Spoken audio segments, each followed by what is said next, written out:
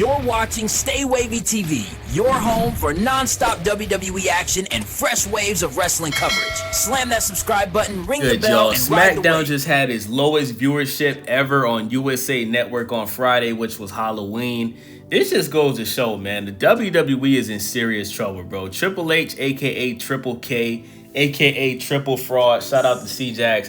He clearly doesn't know how to do his job, man. He's doing a horrible job of booking matches. Sami Zayn just lost his title after only having it for 2 weeks to a jobber named Ilja Dragunov, you know what I'm saying, who was out of the ring for over a year. Cody Rhodes is doing a phenomenal job at being the most boring babyface of all time in WWE history. You know what I'm saying? Like, the fact that Cody Rhodes still has that title should be a crime, okay? Cody Rhodes himself wanted to lose his title to Drew McIntyre, and Triple H still wouldn't let Drew McIntyre get the title. It just goes to show how big of an ego this guy has. So let's get into the article, right? It says Friday's episode of WWE SmackDown on the USA Network faced some stiff competition, and the numbers reflected it. Not only did the show fall on the same day as Halloween, but it also ran directly against Game 6 of the Major League Baseball World Series between the Los Angeles Dodgers and the Toronto Blue Jays. Because of that competition, the show saw a steep decline in viewership. First of all, that's an excuse, okay? Raw broke a record for having the lowest viewership on Netflix not too long ago, and SmackDown had extremely low views just a week or two before this past Friday, okay? So don't use the World Series and Halloween as an excuse, bro. People are not watching SmackDown because it's garbage. I'll give you guys a perfect example, right? This Friday on SmackDown, this is what's estimated to happen on the show. Cody Rhodes is going to appear. He's going to give a speech about libations and how much he respects and loves everybody. He's going to bore everybody to death like he usually does, right? Then Ilja Dragunov, he's going to have another US Open challenge, which nobody cares about because Dragunov shouldn't even have the title in the first place.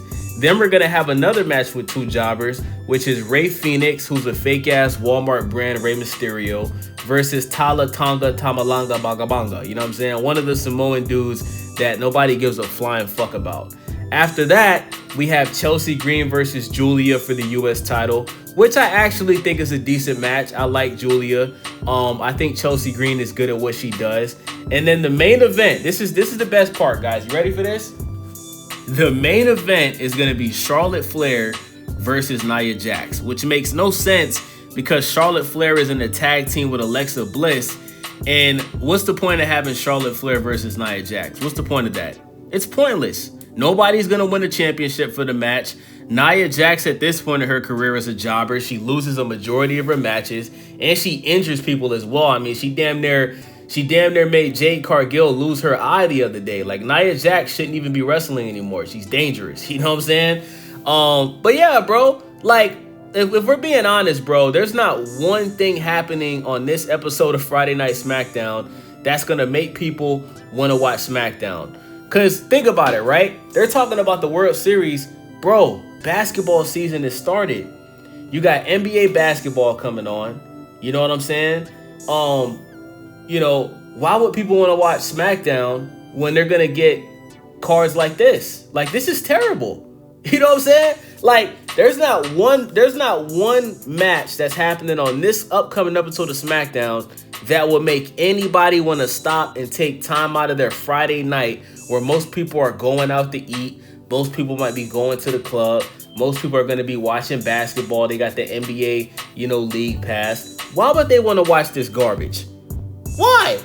Why would they want to watch this garbage?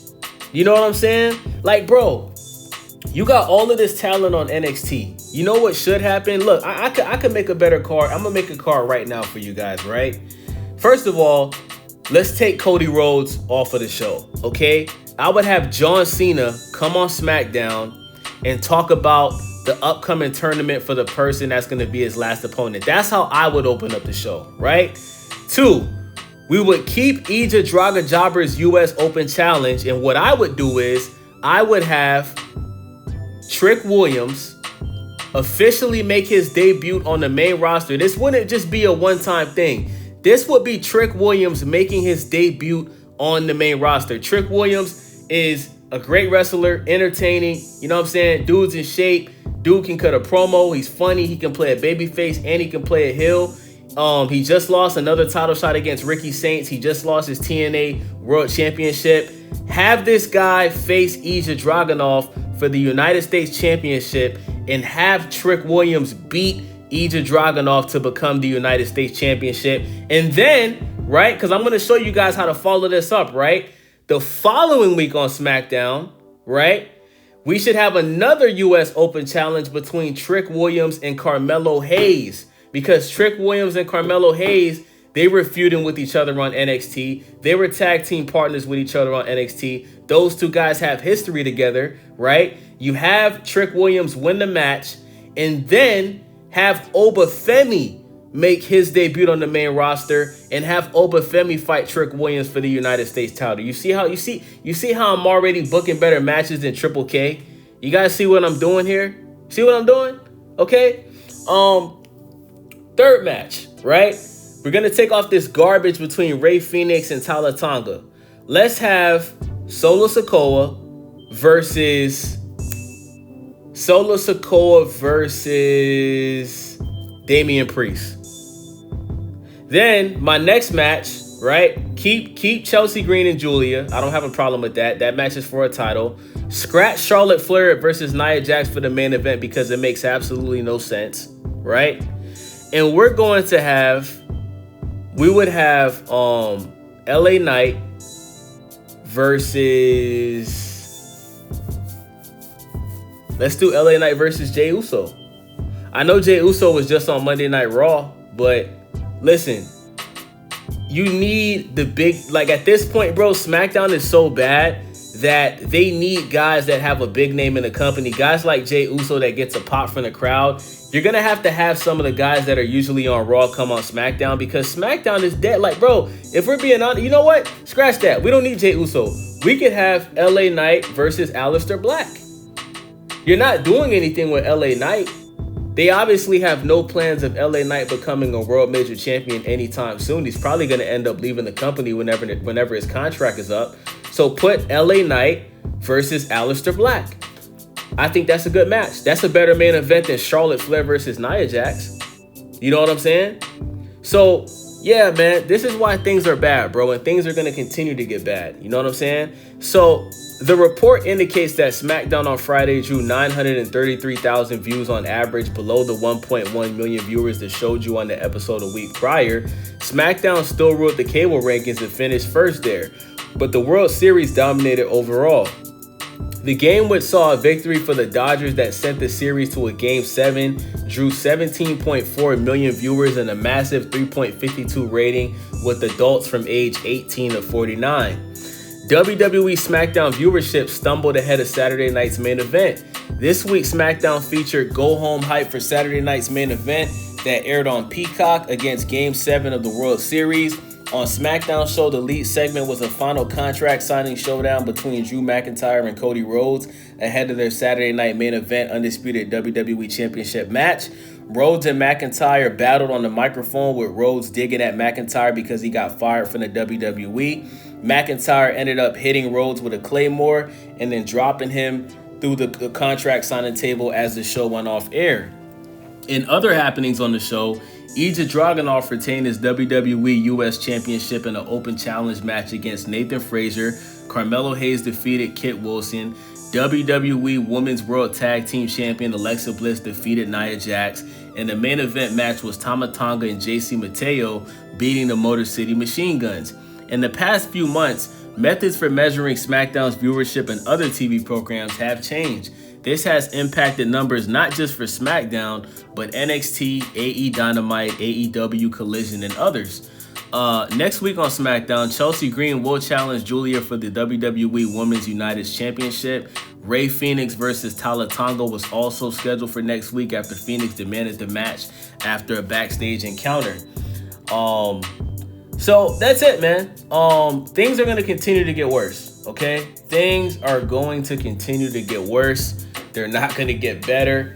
And listen, bro, this is why you have to have The Rock show up every once in a while, right? To all of the people that love to slander The Rock for no reason, right? You guys like to say he makes bad movies and The Rock plays The Rock, and you guys like to blame The Rock for the WWE failing instead of Triple H, who is the head chief content creator, right? This guy's like part-time working in the White House with Trump, part-time, half-ass doing his job in the WWE, and you guys are blaming The Rock. But when The Rock was showing up week after week, arenas was sold out, PLEs was sold out, there was much more hype around the events. People were actually watching Raw and SmackDown consistently. And since he stopped showing up, things have been boring, right? Maybe if The Rock took over Triple H's job as the chief content creator, maybe things would flip upside down immediately and things would be more interesting. You know what I'm saying? We have heard reports that Triple H and The Rock don't get along because they don't agree on how things should be booked. And listen, bro, I'm going to tell you this right now, bro.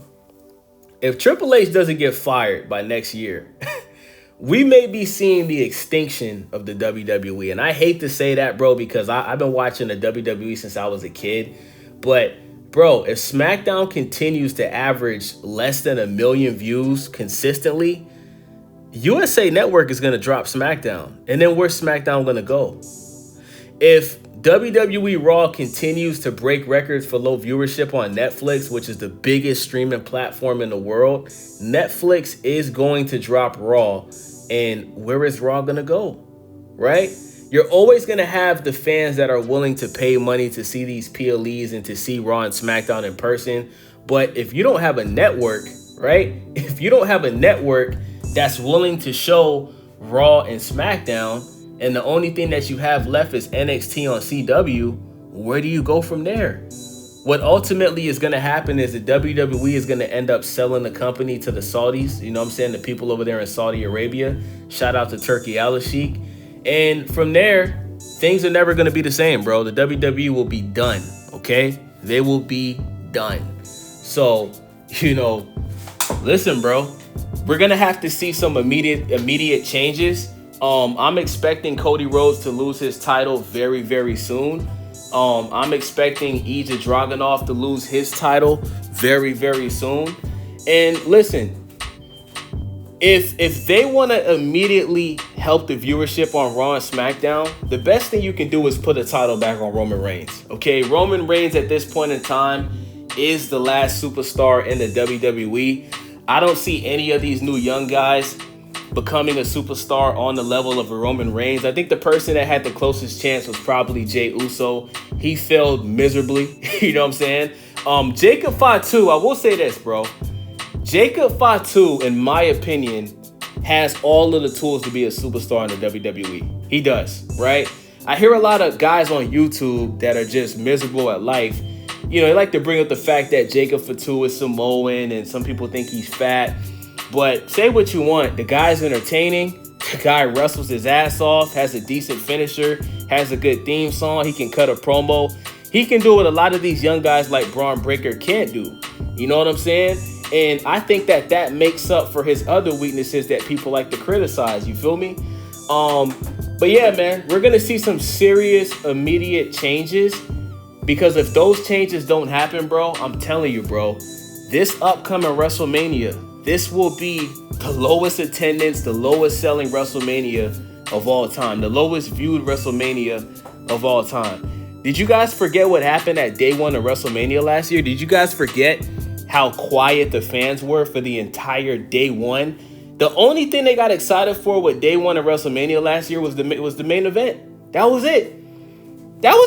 Day two was decent, right? Day two, John Cena turning heel and beating Cody Rhodes made up for day one. But people forget, bro. Day one of WrestleMania last year was terrible. I don't ever remember seeing a crowd that dead during WrestleMania. I don't remember seeing it. So if things continue how they're going, I'm telling you, bro, WWE won't make it past 2026. They won't make it. With that being said, man, it's your boy Wavy, Stay Wavy TV.